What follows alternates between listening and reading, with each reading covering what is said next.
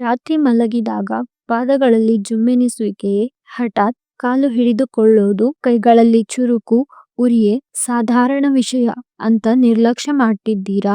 ಜಾಗ್ರತೆ. ಇದು ನರಗಳು ದುರ್ಬಲವಾಗ್ತಿದೆ ಎಂಬ ಮೊದಲ ಸೂಚನೆ ಇರಬಹುದು. ಒಳ್ಳೆಯ ವಿಷಯ ಏನು ಗೊತ್ತಾ? ಸರಿಯಾದ 7 ಆಹಾರಗಳನ್ನು ಪ್ರತಿದಿನ ಸೇರಿಸಿದ್ರೆ ನರಗಳಿಗೆ ದೊಡ್ಡ ಬೆಂಬಲ ಸಿಗುತ್ತೆ. ನರ ಅಂದ್ರೆ ಏನು? ನಮ್ಮ ದೇಹದೊಳಗಿನ ಸಣ್ಣ ಸಣ್ಣ ವೈರ್ಗಳು ಓಡ್ತಿವೆ ಅಂತ ಊಹಿಸಿ. ಅವೇ ನರಗಳು. ಈ ವೈರ್ಗೆ ಹೊರಗೆ ಒಂದು ರಕ್ಷಣಾ ಪದರ ಇರುತ್ತೆ. ಅದನ್ನೇ ಮೈಲಿನ್ ಅಂತ ಕರೀತಾರೆ. ಆ ಪದರ ದುರ್ಬಲವಾದ್ರೆ ಜುಮ್ಮೆನಿಸುವಿಕೆ, ಸೆಳೆತ, ನೋವು, ದುರ್ಬಲತೆ ಇವು ಶುರುವಾಗ್ತವೆ. ನರ ದುರ್ಬಲತೆ ಬರೋ ಕಾರಣಗಳು: ವಿಟಮಿನ್ B12 ಕಡಿಮೆ, ವಿಟಮಿನ್ ಡಿ ಕಡಿಮೆ, ಸಕ್ಕರೆ ಕಾಯಿಲೆ, ಹೆಚ್ಚು ಸಿಹಿ ಆಹಾರ, ಒತ್ತಡ, ವಯಸ್ಸು. ಆದ್ರೆ ಆಹಾರದಿಂದ ಸಹಾಯ ಮಾಡಬಹುದು. ಬಾದಾಮಿಯಲ್ಲಿ ಇದೆ ವಿಟಮಿನ್ ಇ, ಒಳ್ಳೆಯ ಕೊಬ್ಬು, ಮ್ಯಾಗ್ನೀಷಿಯಂ. ಇವು ನರಗಳನ್ನು ರಕ್ಷಿಸಲು ಸಹಾಯ ಮಾಡುತ್ತವೆ. ರಾತ್ರಿ ನೆನೆಸಿ ಬೆಳಗ್ಗೆ 4-5 ತಿನ್ನಿ. ಸಿಪ್ಪೆ ತೆಗೆದರೆ ಜೀರ್ಣ ಸುಲಭ. ಅಗಸೆ ಬೀಜ.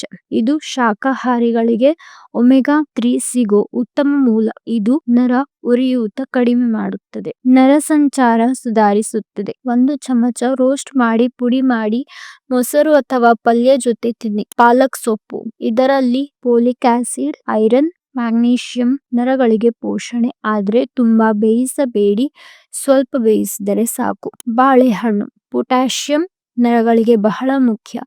ಇದು ನರ ಸಿಗ್ನಲ್ ಸರಿಯಾಗಿ ಹೋಗಲು ಸಹಾಯ ಮಾಡುತ್ತದೆ. ಪ್ರತಿದಿನ 1 ಬಾಳೆಹಣ್ಣು. ಸಕ್ಕರೆ ಕಾಯಿಲೆ ಇದ್ದರೆ ಅರ್ಧ ಮಾತ್ರ. ನುಗ್ಗೆ ಸೊಪ್ಪು. ಇದು power food. Calcium, vitamin B, iron. ವಾರಕ್ಕೆ 2-3 ಬಾರಿ ತಿನ್ನಿ. ಪಲ್ಯ, ಸಾಂಬಾರು, ಚಟ್ನಿ ಯಾವುದಾದರೂ. ಸಿರಿಧಾನ್ಯ.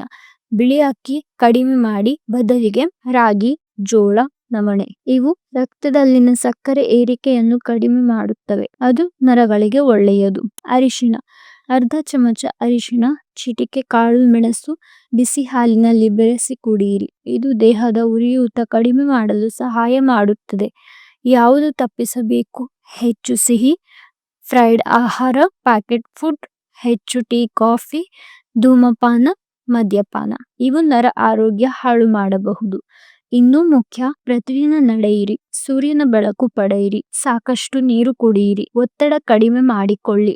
ನರಗಳು ನಮ್ಮ ದೇಹದ ನಿಯಂತ್ರಣ ಕೇಂದ್ರ. ಅವು ದುರ್ಬಲವಾದ್ರೆ ಜೀವನದ ಗುಣಮಟ್ಟ ಇಳಿಯುತ್ತದೆ. ಈ 7 ಆಹಾರಗಳನ್ನು ನಿಧಾನವಾಗಿ ಸೇರಿಸಿ ಸ್ಥಿರವಾಗಿ ಮಾಡಿದ್ರೆ ವ್ಯತ್ಯಾಸ ಕಾಣಬಹುದು. ವಿಡಿಯೋ ಉಪಯೋಗ ಆಯ್ತು ಅಂದ್ರೆ ಲೈಕ್ ಮಾಡಿ ಮತ್ತು ಸಬ್ಸ್ಕ್ರೈಬ್ ಮಾಡಿ. ಮುಂದಿನ ವಿಡಿಯೋದಲ್ಲಿ ಭೇಟಿಯಾಗೋಣ. ನಮಸ್ಕಾರ.